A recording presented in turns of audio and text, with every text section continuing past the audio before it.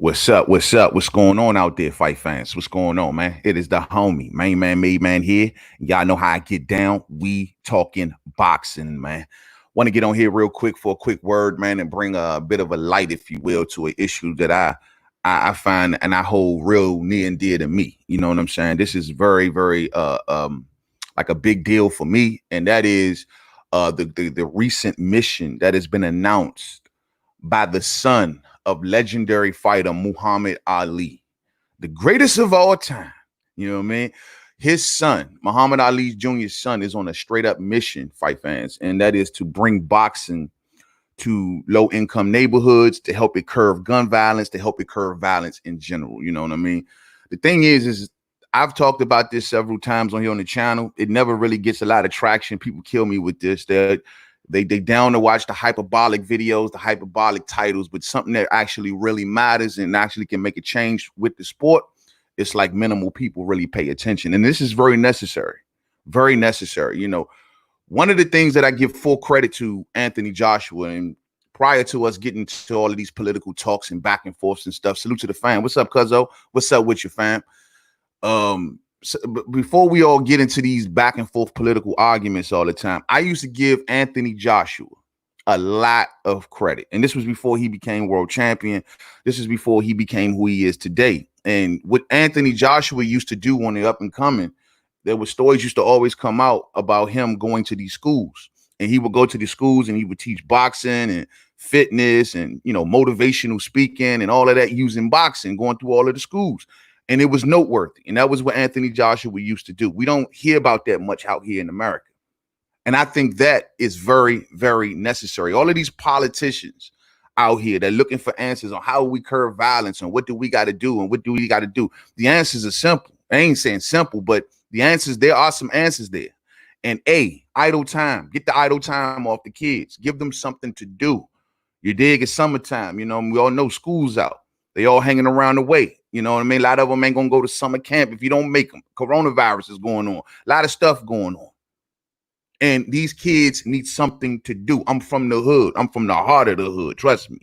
And one thing I know about when I was coming up around the way, one thing that we would get us away from doing the things that we was doing was the fact that we had that local rec center that we can go to and shoot some pool. We had that local rec center that was taking us out the hood on field trips and going places that we could never see on our own. You know what I mean? Introducing sports to us that, truth be told, we could never go and probably play on our own, because a lot of kids in those neighborhoods don't got money to go and buy equipment and stuff like that. So you need your local rec centers and your YMCAs or whatever, you know what I mean, to come and help you out and give you something to do and, you know, and spread your potential. And take your attention away from doing things that you don't need to be doing. You know what I mean? One of the main reasons, and I remember this in the 90s, one of the main reasons that violence really exploded out here in DC was the fact that they start shutting down all the rec centers. They start shutting them down. All our hoods we went to, they all was shut. The ones that we grew up playing basketball and shooting pool and all, they all was shut down or renovated. Now, this is the new game that's being played out here in D.C.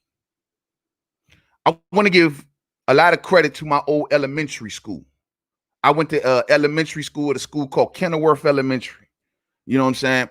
And what they've done to my old elementary school, and I plan on taking y'all there, fight fans. Don't worry, we're going to do a field trip out that joint, and we're going to talk to some of the fighters in it. What it is, they turned my elementary school into a rec center.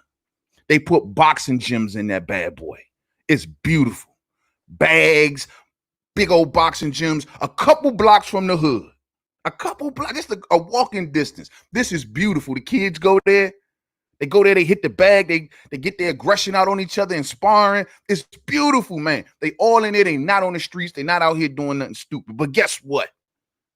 And this is the story that's being told in the city. Yeah, they built that beautiful gym. It's beautiful. It's gorgeous. It's state of the art. But guess what? They gentrifying the neighborhood. So you're kicking everybody out of the neighborhood when you build a beautiful gym. That's exactly what's going on in my hood right now, this second.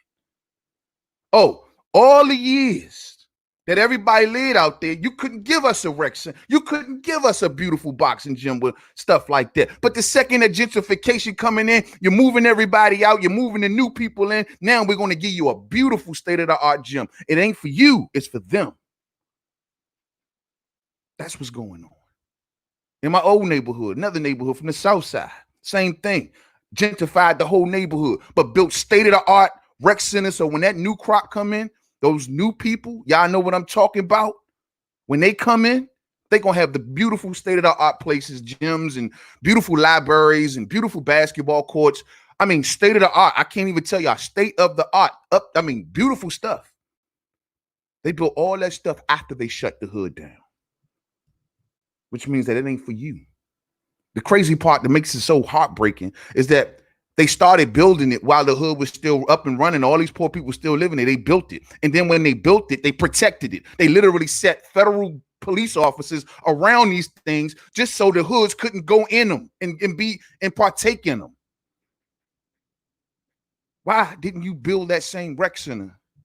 Why didn't you have those same boxing gyms when these kids was out here doing crazy shit, when they needed somewhere to curb their energy? Why didn't you do that? It's a great answer.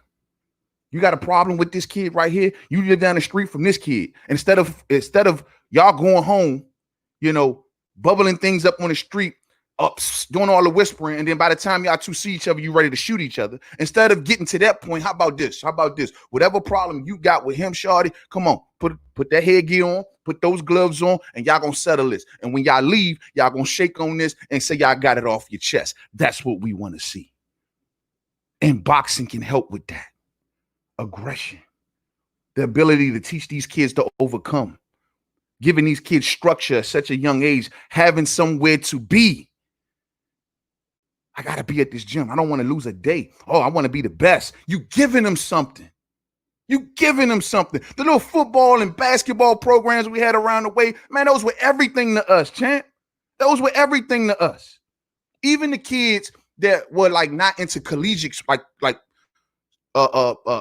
sports in school. They can at least go home to their local rec center and participate in sports, where they may not been the most academic person. They may not went to school much, and they were on their way down to the dropout route. But guess what? Maybe that local rec center can save them.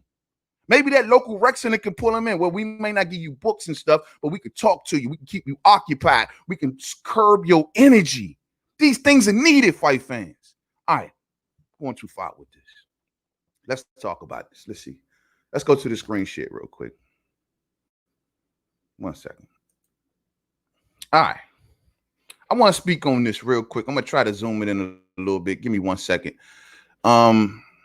It's just an issue to me that's really near and dear to me, man, because I know that stuff answers so much. I want to kind of skim through this, fight fans. So I haven't, I just kind of skimmed through this, but I got the gist of it here. Now, Muhammad Ali Jr., what he is doing is noteworthy. This is the son of Muhammad Ali. Now, what he is doing, he has recently came to some money, after his father passed away. The story goes is that all of Muhammad Ali's children received about $6 million apiece when Muhammad Ali passed away. Of course, his wife got $12 million. Now, it said with Muhammad Ali Jr. that he lived in poverty for a lot of portions of his life, meaning that right around the time when his father stopped fighting and he got sick and pretty much Muhammad Ali Jr. had a rough time. He was living on food stamps. He was living with his woman. He didn't own anything. He didn't have anything to his name. He was struggling financially, the whole nine. There's stories out there that doesn't paint Muhammad Ali Jr. in a good light. It said that he, once he got that money, he up and he ran. He ran out on his people, everything. But I don't want to get into much in that. The point I'm trying to make is he comes from pretty much a bad background. He lived in poverty as the son of Muhammad Ali. Believe it or not, he lived in poverty for a lot of portion of his life. And so he knows exactly what goes on in these poor neighborhoods. He's cut from that cloth. Well, anyway, Muhammad Ali Jr. now, as you see by the article, Muhammad Ali Jr. is traveling the country looking to help set up boxing gyms in poor neighborhoods. His new nonprofit organization, the legacy of Muhammad Ali, continues, is a tribute to his father, 22-time heavyweight champion Muhammad Ali. It goes on and says that this nonprofit is based in Florida. He says that the reason that he created this is because his father was bullied as a kid and found solace in boxing. And he wants his relationship with boxing gyms to focus around anti-bullying. He goes on and says, and I quote, "We want to have a gym in every state.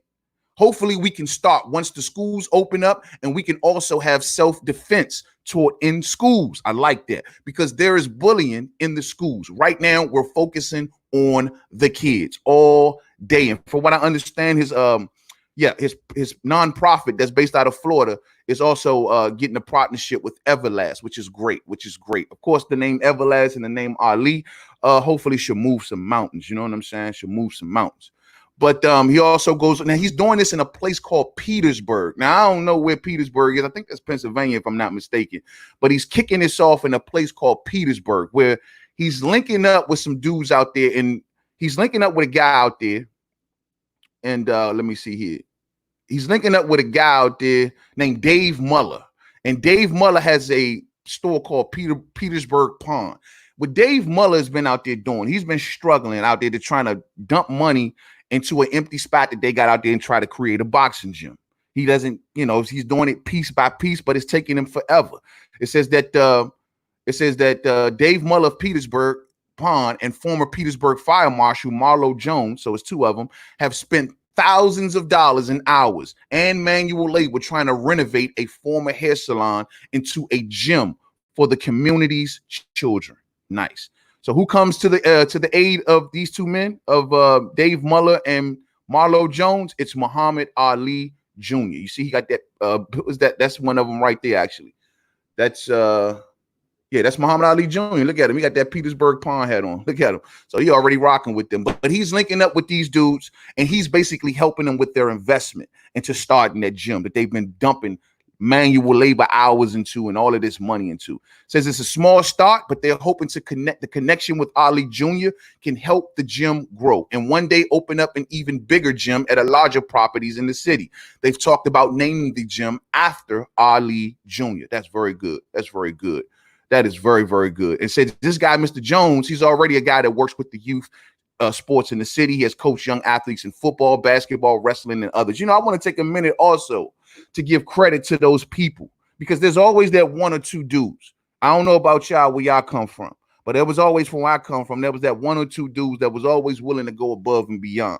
They go out to a car auction and get a beat up van and go around to different neighborhoods, just rounding up kids to take them somewhere, to take them on field trips, to take them on, to show them boxing matches, or just taking them to meet certain celebrities outside of the neighborhood. Salute to you, especially to y'all that do it on your own dime.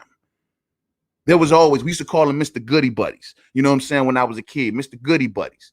Salute to the Mr. Goody Buddies, those who just go above and beyond and don't have to do it. You may have a family of your own. You may have a wife of your own, a kid of your own, and you still take time to say, you know what? I'm going to get up and go help these kids because this is the mission that I'm on. Salute to you. Salute to you. Y'all make the world go round. I remember I had a couple Mr. Goody Buddies coming up. And if it wasn't for those Mr. Goody Buddies, I would have went, in many other directions. Trust me. So salute to the Goody Buddies. You know what I'm saying? For real, man. For real. So that's good, man. So Muhammad Ali Jr. is basically saying that what he's basically doing is helping these guys out. And they've been trying to start this boxing gym for the last 2 years, and he's helping this guy out. Well, he wants to make this a norm. He wants to go around the country, like I said, with his nonprofit and hopefully partnership with Everlast. And he wants to continue helping people building gyms around poor neighborhoods. The government needs to get involved with this. Why ain't you getting involved with this? This is a beautiful thing. I mean, we've already had kung fu classes. You know how, you always got that, strip mall or whatever down the street from your house. They got a kung fu that has that holds kung fu classes and shit like that. Like, you got those everywhere. They're expensive too. You got those everywhere. Why ain't nobody investing into boxing for these kids? The discipline that come with it. It says in Petersburg that parents and community activists were left pleading for community activities that will give their kids something to do rather than fall into the trap of crime and gang activity. Boxing rings was one of the suggestions. I think that is a beautiful suggestion. And I think that many other places around the country will be better to follow suit. It says that the Petersburg police announced a partnership with several government agencies, the FBI, the U.S. Marshal Services, the Bureau of Alcohol, Tobacco, and Firearms and Explosives, and others at a summit held in the city. The summit was called because of Petersburg's negative track record with gun violence, consistently the worst in the state. An overwhelming number of gun deaths were done by teenagers and young adults. And we know how it go down in the summertime. This is a great answer to gun violence, fight fans. This conversation needs to be heightened. This is a great answer, I believe. I think so. You know what I mean? And then the crazy thing is some of your best fighters come from the hood. Some of your best fighters come from these poor backgrounds. They're hungry. They're starving. They want to be great. So they go above and beyond. This is the reason why promoters and managers, they go to these poor areas to get these fighters, other than the fact that they can put them in crap contracts because they're so hungry. Other than that fact, the fact of the matter is that they're also hungry for greatness, and they're willing to train and go hard and go above and beyond. This is the answer, man. See what y'all saying. Last of a dime breed. What's up, family? Good morning, family. What's up with you? Zeno, what's up, man? What's going on? Big up, Mainman Mademan. Big up to you, Zeno. Big up, Tank Nation. What's up, family? What's up? Good morning. Good morning to you, Tank Nation. Good morning, man. The answer is better education and after-school activities. I agree with that, Zeno. I agree with that. You know, the after-school activity part, well, that could be taken care of by boxing, fam. You know what I mean? I mean, dog, imagine these kids, you know, getting out of school, and we used to have an after-school program back in the day called Latchkey. It was called Latchkey. And what Latchkey was, where when you got out of school, you went to this place, you did your homework or whatever. You didn't go straight home. You went to this spot, you did your homework, boom, boom, boom. They may have had some sort of extracurricular activity for you to do that day, or you may go on a field trip that day or something like that. These little things will keep us so occupied. By the time we went home that night, which would be about 7:30, 8 o'clock, you ate your dinner, you washed up, you already had your homework, and you were super tired. You ain't had time to go out there and say, "Slim, I might go and get this off, or go do this, or go do that." Or we beefing with that hood over there. Let's go lay them down. You know what I'm saying? You didn't have that train of mind because you were so occupied between school and after school activities. And then on the weekends, they would take us on field trips and do stuff. Between all of that stuff, we were occupied. I'm gonna tell you something else to anyone who doesn't live in DC. And this is something that y'all won't know. And if some of y'all do know, and I'm going to leave off this. Mayor Marion Barry, the man is a legend in this town. I know y'all know him for saying, oh, the crack and the coke and all that. I know y'all know the scandal. Got you. Let me get this up. But Mayor Marion Barry is a legend. You can never come around DC. I don't care how much of your crack stories, your coke stories you got. The man will never be disrespected in this town. You know why? Because we know what he did for us. And that's something that the news ain't gonna tell y'all. Mayor Marion Barry created one of the greatest things known to man, and that was the summer youth program. What he did was he took the funds of the city and he created this program, and he gave perhaps me and many others their very first job. And you know, I think you had to, after you turned the age of 13, I believe, or 13 or 14, you had to go get a summer job. And in the summertime, you worked all summer. And then school time come around, guess what? You had money for school clothes that you didn't have to rely from your parents. You can now go to the store and get your own clothes. Oh, nah, I ain't wearing that big green sweater you bought me. I'm going to go ahead and get me a fresh sweatsuit, boom, boom, you know, because you worked. And what Marion Barry created, he gave the youth structure. He gave us responsibility. You had to open up a certain type of checking account, and you had to get an ID. I mean, you had 13, 14 years old. And this is what he created. And it still goes on to this day.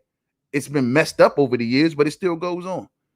And this is why Marion Barry, regardless of your crack stories, regardless of you want to make fun of him, whatever, for whatever reason, this is why he is a legend.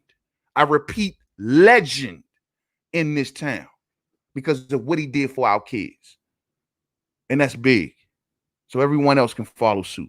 So salute to Muhammad Ali Jr. and his mission. I will be keeping my third eye on Muhammad Ali Jr. and his mission to take his nonprofit around the country. Hopefully he keeps it going. You know what I'm saying? Hopefully this is something. This is the beginning. He's helping these dudes out in Petersburg. I hope he spreads this initiative around the country. It will take some government assistance. You know what I'm saying? Like, he needs help, bro. He ain't a wealthy man. He ain't a filthy rich man. I mean, he needs help. He needs assistance. It would be more than good if a government entity or some sort of nonprofit or some sort of maybe even a corporation that just looking for something good to do for the community, given these trying times that we in. Well, this is a great investment. You dig? I mean, you got violence going on, raging across the country. People need stuff to do. They're cooped up. They're going crazy. The people need stuff to do. This is a great start. So I'm going to leave right here. Much love to the fam. Thumbs up on the way out if you didn't hit it on the way in. Let me catch y'all last few comments. Last of a Dime Bree says, DC in the early 90s was the Wild Wild West. Wild Wild West, champ. It was terrible, bro. Terrible. And the reason it became that Last of a Dime Bree is because they shut all our recs down. They shut them all down. We out there in the summertime, nothing to do. We're going to get money. We're going to do things that we ain't got no business doing. Where we should be out and building, I don't know, forts and I don't know, learning, stuff they do in camps and stuff like that. Like we need to been doing stuff like that, but instead we out here trying to figure out how we can get a fast dollar. And that's because all we had was time. That's all we had. That's all we had was time. That's all we had was time. DBL Express says, man, take that hat off and back to boxing. Dak isn't worth the extension. Dak is definitely worth the extension, bro. But I tell you what, I don't know. You know what? To be honest with you, I take that back. I'm about 85%. I told folks, man, the franchise move was the best move because I gotta get one more good. You gotta take me beyond the first round, Dak. You gotta get me beyond the first round before I want to see them invest that type of money into you. You gotta get me past the first round. Where's Dak without Ezekiel? I don't want to get too far away from boxing. Where's Dak without? Now, long as they gave my man Coop that money, I'm a happy man. Coop is the necessary state. People are like, nah, man, Zeke, it should be Zeke. I thought it should be Coop. I think we can find another Zeke, but that's just me, though. That's just me. We'll get more into that, man. We'll get more into that. Tank Nation say, yo, most guys can't fight, so they rather use a gun all day. All day. Bro, you know how many cats I knew, bro, I knew you couldn't bust a grape. Out of shape, they throw a punch, they breathing hard, they can't throw more than 3 punches without falling on their face. But they walk around the way with so much fear because guess what? They got the biggest gun. But guess what? Let that gun drop on the ground and you got to go hand to hand with them. They couldn't throw 3 punches without breathing hard. You hit them in the chest one time, they about to have a heart attack. That's what it is. That's exactly what it is. Cowards run behind the trigger. A lot of cowards run behind the trigger. Real spill. Much love to you, fam. Thumbs up on the way out if you didn't hit it on the way in. We'll be back later on, man. Great topic. Please look into and support, man, Muhammad Ali Jr., man. Look into what he's doing, bro. And if everybody can just take a minute to go over, read this article, see what he's doing, educate yourselves. And if you can help in any kind of way, support the man, because I do. Mainman Mademan backs him 100%. Much love to the fam. Much love to the fam. I'll catch up with y'all a little bit later. It's still early. Let me get the day started. To the next one. Peace out.